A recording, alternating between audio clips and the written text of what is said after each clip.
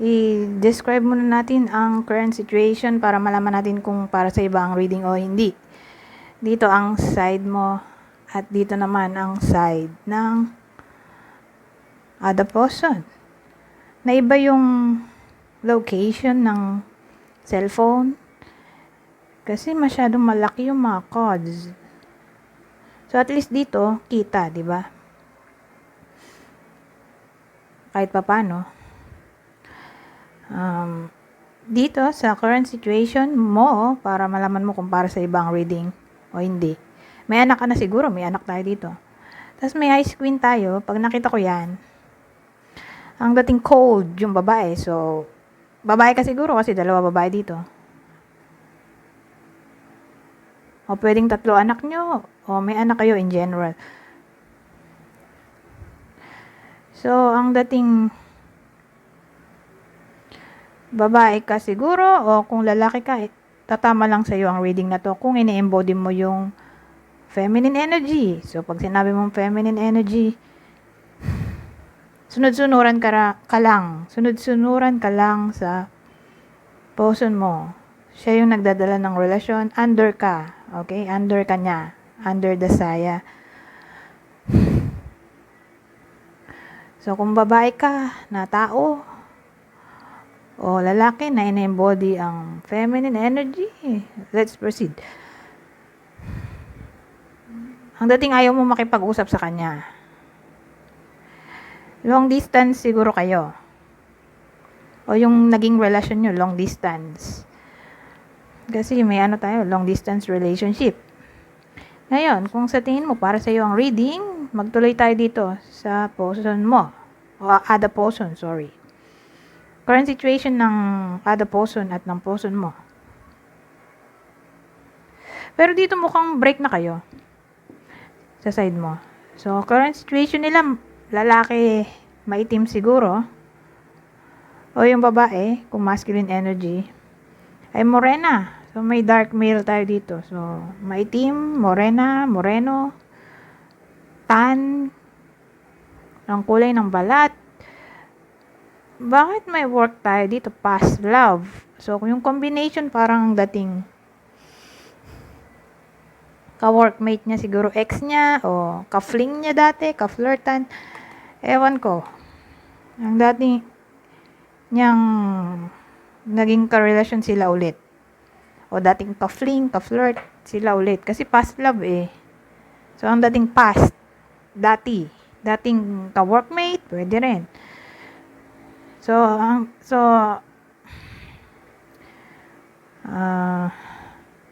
mukhang dati na silang nagkaroon ng connection. Okay? Tapos, naging sila ulit. Ganun ang dating dito.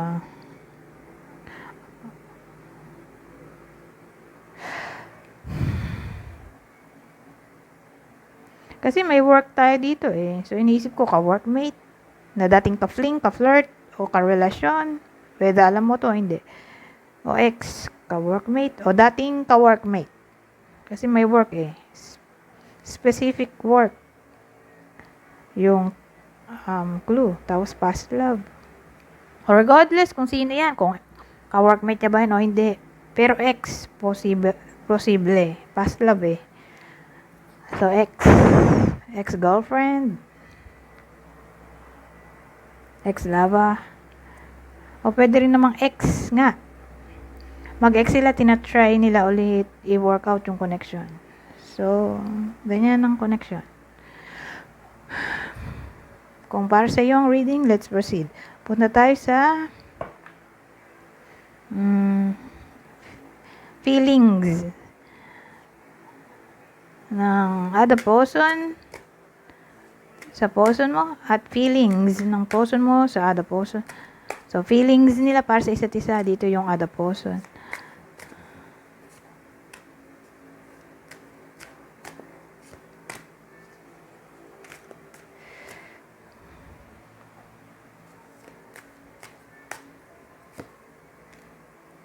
Oh. Dito ang side ng person mo, feelings niya.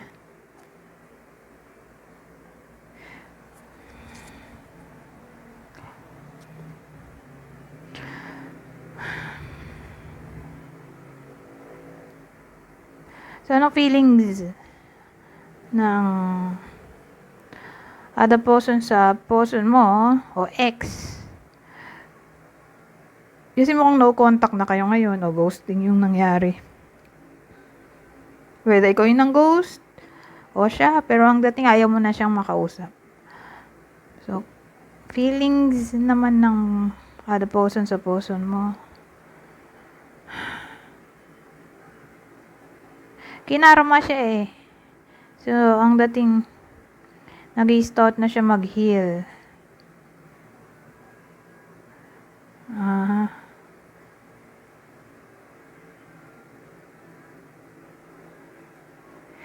Pero wait lang.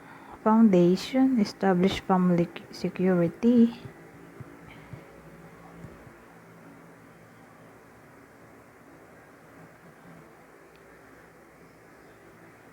So again, kinarma siya. Inisip ko kung sila pa rin o hindi na. Kasi ang dating pamilyado rin tong other person eh. Kaya nga may third party dito. Nagka-clash kasi nga ang connection na to ay pare-parehas kayong in a relationship. So sila, in a relationship parehas. Kasi ang dating in a relationship yung partner mo sa'yo. Tapos, in a relationship din yung other person sa ibang person noong naging sila. Pero ang case ngayon, di na kayo nag-uusap. O pwedeng break na kayo o ginost ka.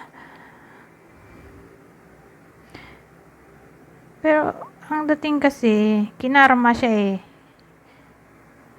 Kinarma yung other person. So, mukhang tinatry niya nang i-release yung person mo. Dahil in a relationship din naman siya sa iba. Mukhang pamilyado pa nga.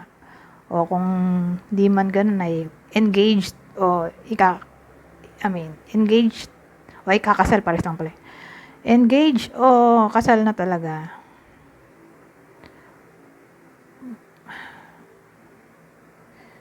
So, ang dating tinatry niya nang i-release tong person mo. Ito namang person mo. Parang gusto niya kumabit pa rin dito sa other person. Although, alam niya sa sarili niya in a relationship, yung nagugustuhan niya sa iba, may sabit. Parang wala siyang pakialam eh. Oh. Clashing nga oh. Differences in incompatibility. Bonding, sensual, confiding, intimacy.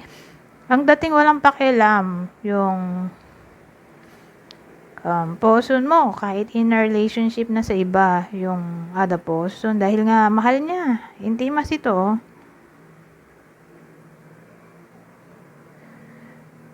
So, alam niya may problem, nagka-clash nga, third party, attachment fears. Nagka-clash, kasi pare-pares nga silang in a relationship. Pero sa part mo kasi, di ba, mukhang no contact na kayo. So, sa madaling salita, mas pinili ng person mo tong other person. Kaya lang yung other person, kinakarma na nga, kaya tinatry na niyang i-release yung person mo, pero ayaw. Mukhang ayaw ng person mo. Matigas yung ulo niya. Parang gusto niya ipaglaban kahit mali. Kasi mahal niya nga. OMG. So, yan ang current feelings nila para sa isa't isa. So, pag sinabi mong current, ay, as in today, kasalukuyan. O sabihin natin sa period ng 1 to 3 days. Ganito yung situation. Anyways, punta tayo sa clue. Magbibigay ako ng 8 clue. Pero wag masyado mag-pay attention dito dahil dagdag info lang. Mga to ang clue ay pwedeng vice versa. Kunin nyo lang ang clue na sa tingin nyo ay para sa inyo. Ano to? Acquaintance. So, yung iba sa inyo, mukhang kakilala nyo. O aware kayo kung sino. Yung other person. So, yung iba sa inyo pwedeng kilala nyo. So, pwedeng kilala nyo yung ex niya. O kilala mo talaga, literally. Friend mo, o kakilala mo. Parang, ang dating may awareness ka kung sino yung other person. So, kunin nyo lang yung clue na sa tingin nyo para sa inyo. Maputi. So, yung clue ha, tatama sa iyo, sa other person, at sa partner mo. Monkey, number 9. So, 9, 9th of the month. Sagittarius, September. So, year of the monkey, 1920, 1932, 1944,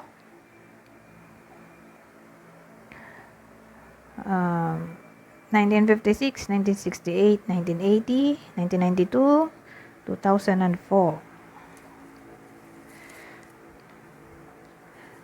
Oh, release your ex na daw. Oh.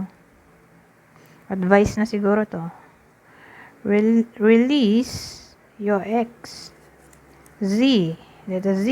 Sa whole name o nickname. Sa bagay, toxic naman yung ex mo. Di ba, alam na nga niya may sabit yung other person. Pero, siya yung parang obsessed dito sa connection na to. So, kung ganyan din lang, di ba? Let go mo na siya. Kasi parang dating wala na siyang pagmamahal sa'yo at napunta na nga dito sa other person. Patay na patay siya doon. Wala na siyang pakialam. Kung may masagasaan siya o kung mali yung ginagawa niya. Basta mahal niya, gano'n. Wala na siyang pakialam sa mundo. Walang braces ang ngipin. So, braces o braces. Malamya, kumilos. Ito, eyeglasses o eyeglasses.